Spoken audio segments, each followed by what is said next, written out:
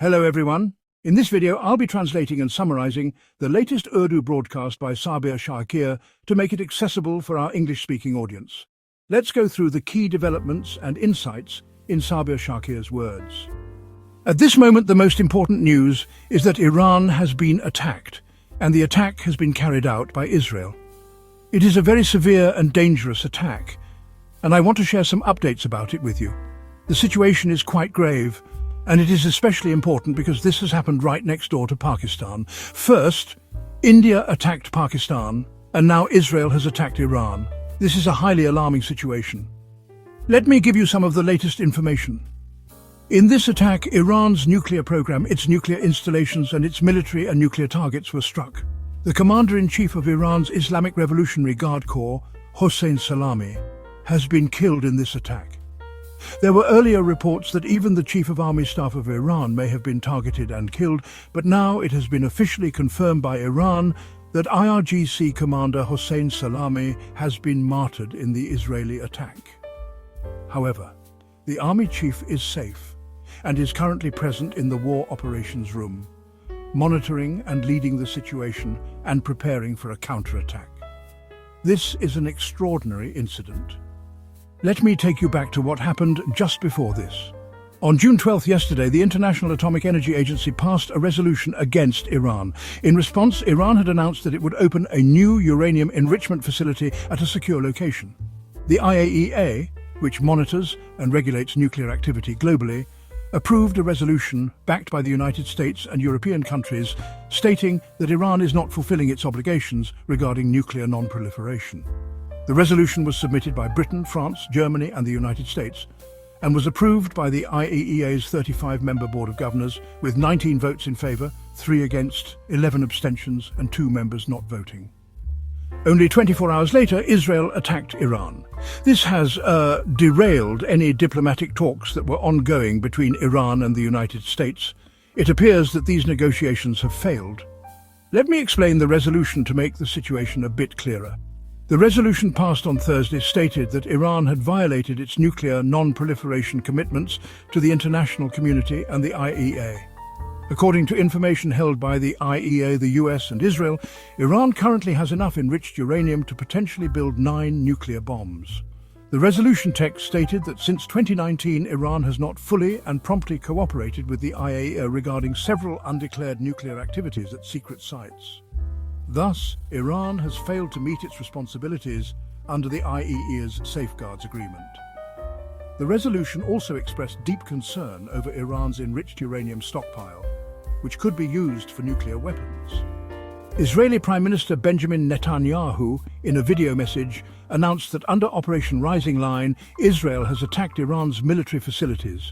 He claimed that Iran has enriched enough uranium to produce 9 atomic bombs, and therefore Israel had confirmed intelligence shared by the US and Western nations that Iran now possesses the material required for this. Netanyahu stated that Iran could build these nuclear weapons within a few months, posing a direct threat to Israel's national security.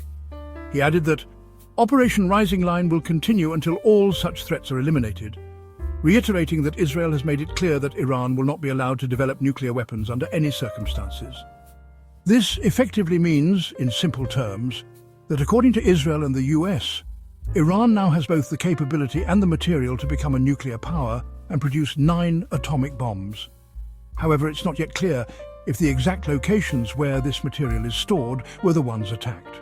Iran had already announced yesterday that they were moving their uranium enrichment process to alternative secret locations, implying that, according to the IAEA report, Iran is operating at hidden sites. If Iran really possesses nuclear capabilities, it would become the second country in the Muslim world and the first Shia majority nation to have nuclear weapons. That in itself is a major development. Prime Minister Netanyahu provided further details, stating that the airstrikes targeted uranium enrichment facilities, ballistic missile production sites, nuclear and military installations, and even scientists involved in the atomic weapons program. Addressing the Iranian public, Netanyahu said, "Our fight is not with you, but with the sectarian dictatorship that has ruled over you for 46 years. I hope the day of your freedom from tyranny is near, after which friendship between the people of Israel and Iran can be restored." He is essentially appealing to the Iranian public, hoping that they will heed his message, and perceiving that the Iranian people might be more inclined to listen to Israel's point of view. So, I believe this is a delusion on their part, and in fact, they are living in a fool's paradise if they think the Iranian people will listen to them. The Israeli Prime Minister has declared a state of emergency across Israel following the preemptive strikes on Iran. Currently, Israel is in a state of emergency because Iran is preparing for a counterattack, and Iran has declared that its response will be devastating and terrifying for Israel. This announcement has come directly from Iran. Now, let me first give you the Israeli side of things, as they currently hold a tactical edge, having launched the initial strikes, and there are many reports emerging from there. A statement from the Israeli Defense Forces says that their air force has targeted dozens of Iran's nuclear and military installations, asserting that Iran has never been this close to becoming a nuclear power. This reinforces the repeated reports that Iran is on the brink of becoming a nuclear power, and if that happens, if Iran obtains nuclear weapons, it will be extremely dangerous, particularly for Israel and the United States, as Iran has repeatedly challenged them. A press release from the White House has also been issued. US Secretary of State Marco Rubio has stated that the attack on Iran was a unilateral Israeli decision and the US was not involved. America has distanced itself from the attack. Let me repeat, US Secretary of State Marco Rubio said that the strike on Iran was solely Israel's decision and America is not involved. The priority for the US is the protection of its forces in the region, and Iran must not attack US bases. President Trump is reportedly in contact with other regional leaders following the attack. It's obvious that the US was aware this would happen. Israel wouldn't take such a step without US consent.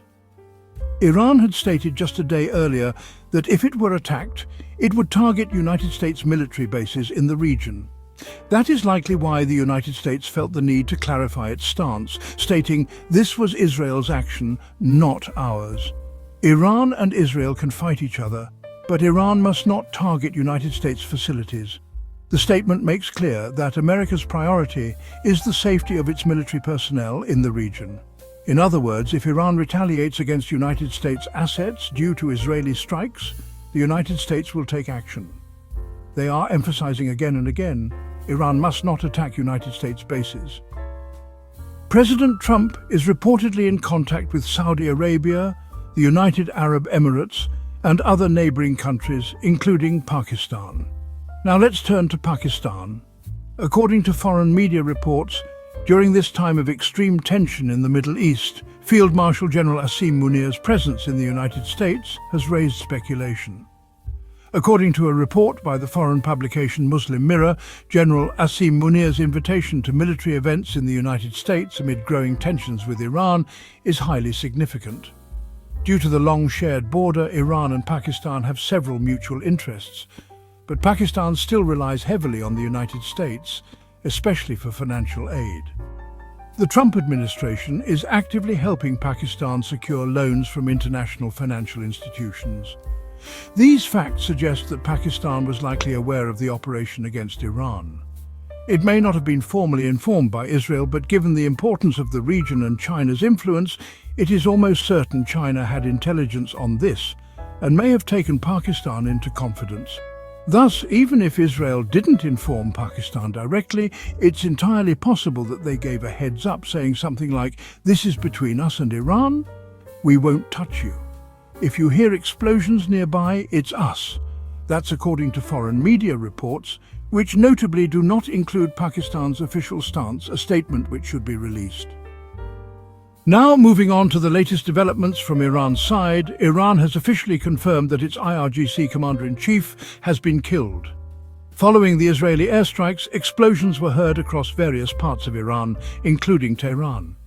These were very powerful blasts, and Israel targeted residential areas in the capital, not just military installations. This is similar to what India did in Pakistan when it targeted the Noor Khan Air Base in Islamabad and military sites in Lahore. Just like that, Israel has targeted both civilian and military zones. The Israeli Defense Minister has said that, given the possibility of Iranian retaliation, Israel has imposed a state of emergency. Meanwhile, United States Secretary of State Marco Rubio continues to emphasize that America had no role in the attack, reiterating that message in multiple statements. In response, Iran's supreme leader Ayatollah Khamenei said, These attacks reveal the vile nature of Israel, and Israel has chosen a bitter destiny for itself, which it must now face. According to Reuters, Iran's supreme leader said that Israel has chosen a path of destruction, and Iran's retaliation will be a nightmare for Israel. He said, "I received numerous messages while in London, late into the night. People from Tehran whom I know were asking if there were reports of the blasts they heard. They asked if Israel was behind it again. People couldn't sleep again. They were sharing videos and asking if their district had been hit." This reaction from Iran is not new. It is similar to previous Israeli strikes, such as those in October and April 2024, where residential buildings in Tehran were also targeted. There is now no doubt about the nature of the strikes. The Iranian military spokesperson, according to Reuters, Abu al-Fadl Shakir, has said Israel and the United States will pay a heavy price for these attacks. The armed forces will certainly retaliate. Now, let's return to Pakistan's side. According to reports, General Asim Munir was scheduled to arrive in the United States on the night of June 12th, and it is likely he is now officially in the United States. However, no statement has been released yet by the Inter-Services Public Relations, or ISPR, about his visit. This raises several questions, and let me give you an example. When Imran Khan visited Russia the day he arrived, Russia invaded Ukraine. General Bajwa, then Chief of Army Staff, had reportedly asked Imran Khan to return. But Imran Khan refused, saying it was a state visit, and continued his trip. This led to tensions that later contributed to the cipher controversy, as Imran Khan's visit had been state policy, not a personal decision. Bajwa then told the United States that Imran Khan acted independently and the state had no responsibility for the timing. Now, the same question arises: if General Asim Munir is in the United States, should he cancel or cut short his visit, given the extremely volatile situation with Israel's strike on Iran? This could create misunderstandings, especially since Pakistan shares a border with Iran, and Asim Munir's first official visit as army chief was to China, with good relations with Iran as well. So these optics matter. And people are asking, should General Munir return? Should the visit be cancelled? Some commentators like Abid Abbasi say yes, and I agree. Otherwise, misunderstandings will spread. Another person criticized me, but let me be clear. We love Pakistan, we love all its institutions, and we love the armed forces. But we oppose the political agenda of any military leader, not the military itself. Our soldiers and officers are our own. Someone also recited, "You alone we worship, you alone we ask for help." Let me respond by pointing out something important. People are worried. Nawaz Sharif, who remained silent when Pakistan was attacked, when Bahawalpur was hit, when Sialkot, Shakarga and our air bases were targeted, when our soldiers and officers were martyred, did not speak. But now suddenly Nawaz Sharif has spoken to express sorrow to Narendra Modi over the crash of a passenger plane. Sure, it's appropriate to offer condolences for innocent lives lost, but where was his sorrow when our people were killed? Wasn't that also beyond borders? Didn't those attacks also merit a response to Modi? From Sialkot to Narwal to Muzaffarabad, there were many such incidents, yet silence. So that's the current situation. Let me end this session here. If you have any questions or updates, I'm ready to respond. And yes, Israel is being supported, and this war carries serious risks for Pakistan too. There's no doubt that as Iran's neighbour, Pakistan could be affected by the fallout of this conflict. That wraps up our translation of Sabir Shakir's video. I hope this English version helped you understand his message better.